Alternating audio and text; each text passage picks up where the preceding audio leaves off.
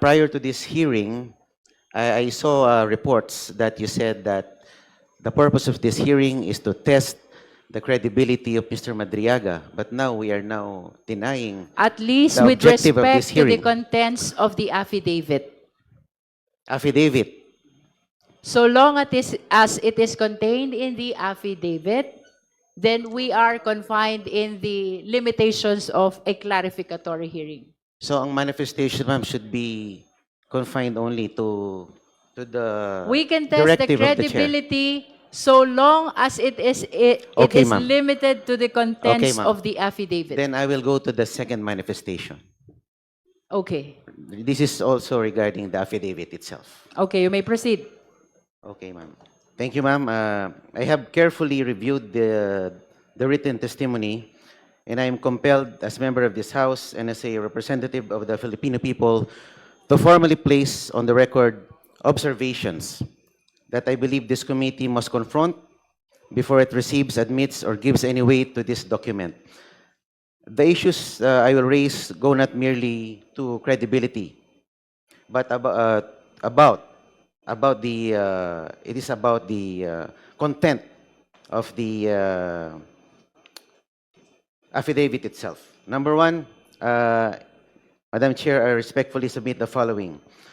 Number one, the testimony is entirely uncorroborated and rests solely on the word of a detained criminal suspect. You are touching on the credibility again.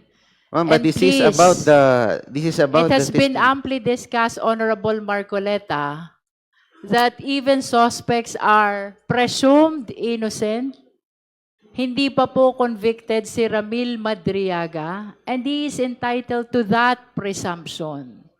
So let us refrain from making reference to the fact that he is detained in going against the contents of the affidavit. Ano lang po ang pwede kong sabihin, ma'am? Anything that is about, Ang that is nangyayari kasi contained dito, in the affidavit. Madam ang Chair. gusto lang pong mapakinggan dito kay kung ano lang naayon sa mga miyembro dito. Paano po yung mga You posisyon are- naman na nasa kabila? You are making mention about the fact that he is a detainee because of your intention to question his credibility. As you have said, Ma'am, you want to if I may be tackle allowed his to finish the character. statement. It's Yes. just, the one I mentioned is just a title. I'm not even going to the body of my manifestation, ma'am. Ano, title pa lang po ang sinasabi ko. I'm being prevented All na right, from please speaking. proceed. Thank you, Madam Chair.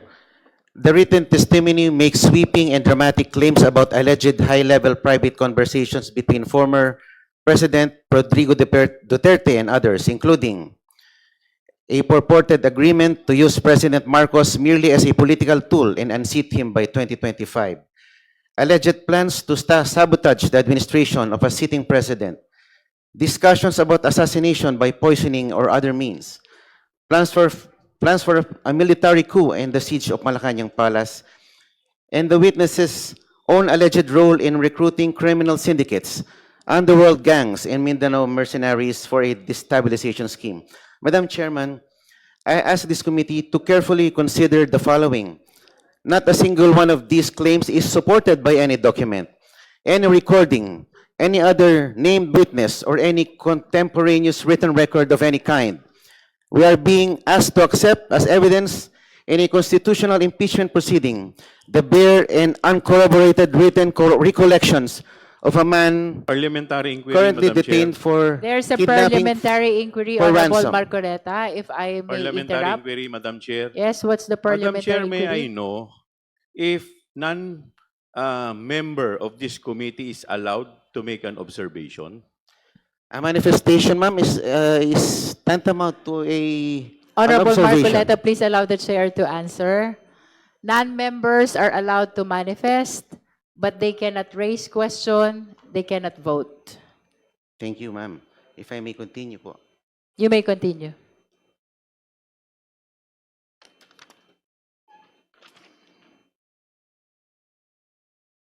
We are being asked to accept as evidence in a constitutional impeachment proceeding The bare and uncorroborated written recollections of a man currently detained for kidnap for ransom, a man whom the PNP anti-kidnapping group officially described as the leader of one of the most dangerous criminal syndicates in recent Philippine history. The standard of evidence in an ordinary criminal case already demands corroboration of testimony from interested or compromised witnesses. The standard in an impeachment proceeding, which carries the gravest of political and constitutional consequences, must demand no less and arguably demands far more. Number two, Madam Chair, the witness places himself as an active participant in the very conspiracy he described. Madam Chairman, I wish to draw the committee's attention to a point that I believe has not been sufficiently examined. This witness is not a passive observer of the events he describes. By his own written account, he is an active and willing participant in them. According to this written testimony, if I may read, Madam Chair, the witness claims he was personally consulted by the former President, Duterte, and offered strategic advice. He personally recommended the creation of a dedicated security unit for the Vice President and identified its headquarters. He claims he was given specific assignments to recruit civil groups, school clubs, fraternities, underworld criminal gangs, and syndicates as part of an alleged plan to destabilize the government. He describes having knowledge of and apparent proximity to discussions about assassinations, coups, and the assault of the presidential palace. Madam Chair, if we take this testimony at face value, then the man sitting before this committee is not merely a witness. He is, by his own admission, a co-conspirator in a criminal enterprise of the highest order. He is a man who claims to have knowingly participated in plots that, if true, would constitute rebellion, sedition, and conspiracy to commit murder among the gravest crimes under Philippine law. This raises a question that this committee cannot in good conscience ignore. Why is this self-confessed co-conspirator being presented here as a credible witness, rather than being investigated and prosecuted for the crimes he himself admits to participating in? And more importantly, has this witness been offered any form of immunity, protection, or accommodation in exchange for this testimony? If so, this committee and the Filipino people have an absolute right to know. Ramil Madriaga stated earlier that his giving testimony to this committee is not in consideration of any offer coming from anyone. I make a manifestation, Madam Chair. The Honorable Chua. Thank you, Madam Chair. Madam Chair, we are not accepting everything that Ramil Madriaga stated a while ago as gospel truth. We are here to make clarificatory question with respect to the affidavit that he executed. Now, that is for purposes of determination of probable cause. Now, the time will come, that is, pag papunta po tayo sa Senado, pag nagtuloy-tuloy na po sa trial, that is the time where we will test the credibility of the statement of the witness, which is Ramil Madriaga. There, during the hearing, pwede po siyang i-cross-examine ng mga abogado. At hindi po tayo ang magsasabi dito kung yung salita po niya ay totoo o hindi. Ang magsasabi po niyan ay yung mga senator judges na tatayong hukom sa Senado. Kaya ang trabaho lamang dito natin ay tingnan lang kung may probable cause. Kasi kung ang itetest na po natin yung credibility, that is already trial, Madam Chair. Kaya nga po kanina, lahat po ng mga miyembro, kung mapapansin po ninyo, halos nakatikim po ng objection sa ating Madam Chair dahil yung mga tanong po nila ay wala na sa affidavit at yun po ang tinatawag na probing question na. Kaya, Madam Chair, hindi po totoo na lahat po yun ay tinatanggap na po natin. Hindi po porke pinagbigyan natin si Ramil Madriaga na magsalita, ibig sabihin po, yun na ang katotohanan. Malalaman po natin ang katotohanan pagdating po sa Senado. Maraming salamat po. Madam Chair. Madam Chair. Honorable De Lima, and then we go back to Honorable Marcoleta. Gusto ko lang pong dagdagan yung sinabi ni Representative Chua. Ang parang pinakapunto po ni Representative Marcoleta is that kapag co-conspirator ka o kaya insider ka, may mga alam ka dahil kasama ka sa mga gumawa ng kung mga ano-ano, ay hindi ka nakapanipaniwala. May I again cite a jurisprudential rule, Napoles versus Sandigan Bayan, GR number 224162, November 7, 2017, the Supreme Court ruled that the mere fact that the whistleblowers were conspirators themselves does not automatically render their testimonies incredible and unreliable. Kasi alam niyo po yung mga insiders, sila yung may mga alam. We can recall also, we can point out also the cases of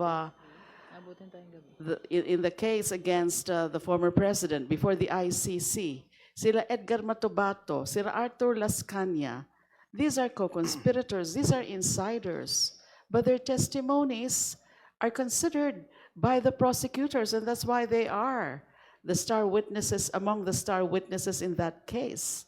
So hindi po yan tamang argument na kapag na alam mo, meron kang alam, kasi we can see from the testimony, the totality of the testimony, the supplemental affidavit of Mr. Madriaga, that he's an insider, well-entrenched, maraming alam.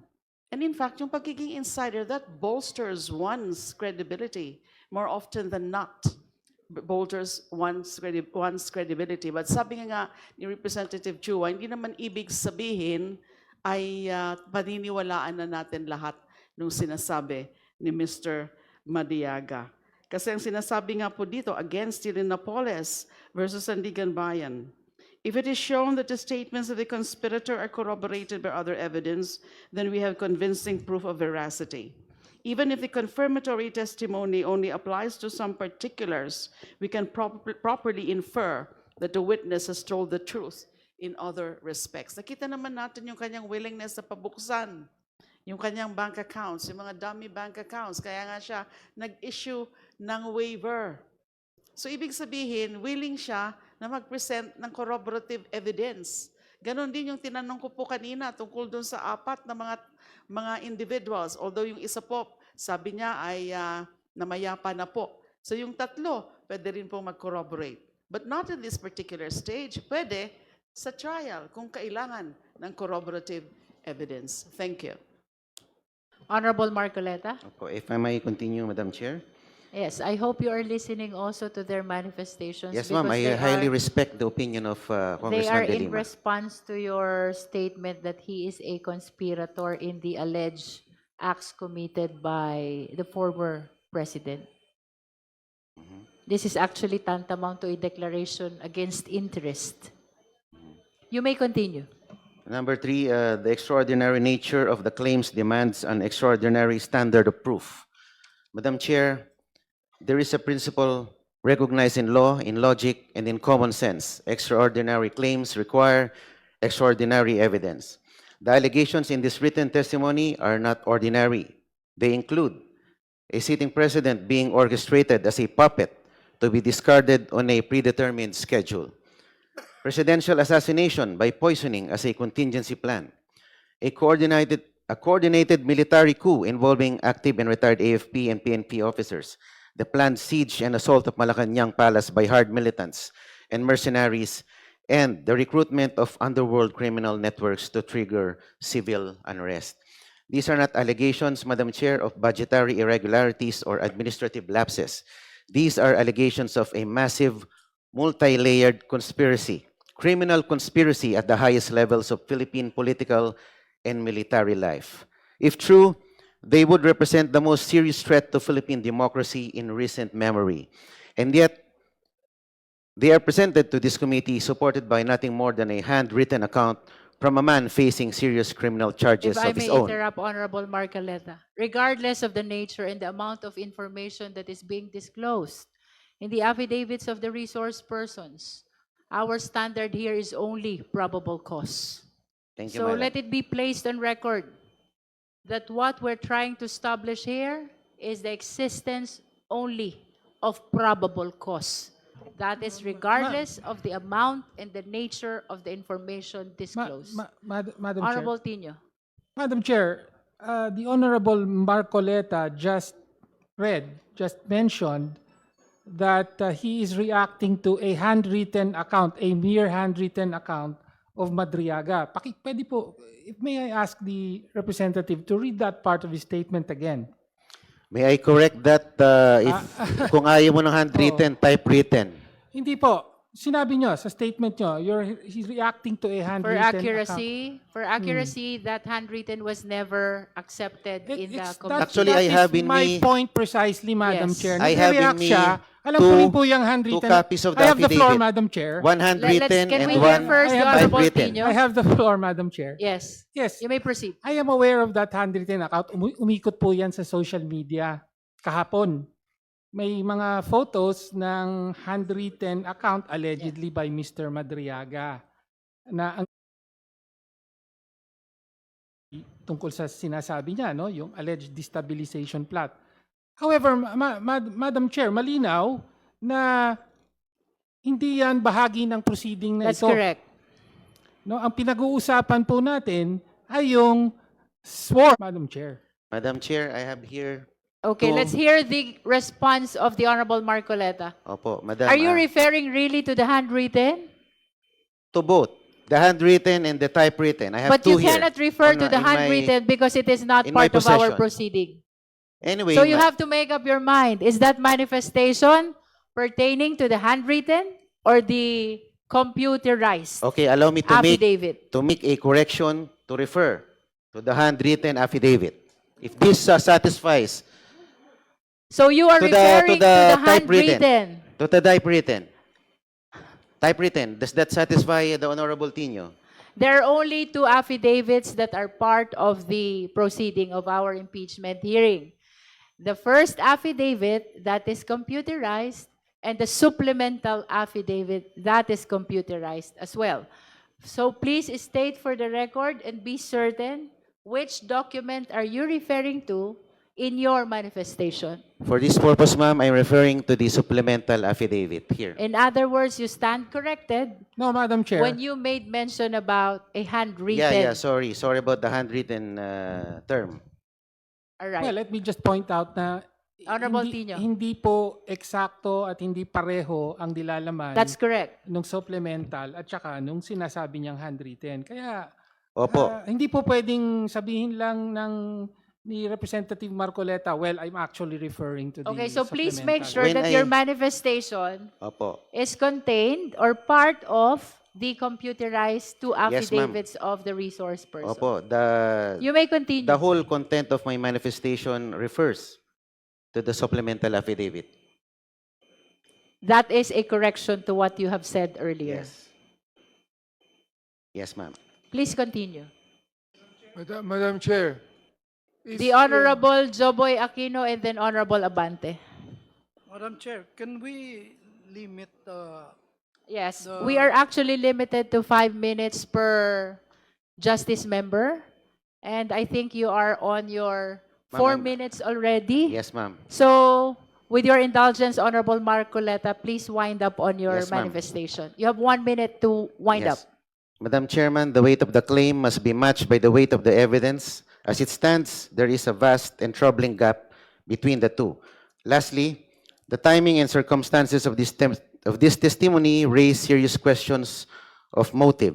Madam Chair, I also wish to place on record my serious concern about the timing and context of this testimony.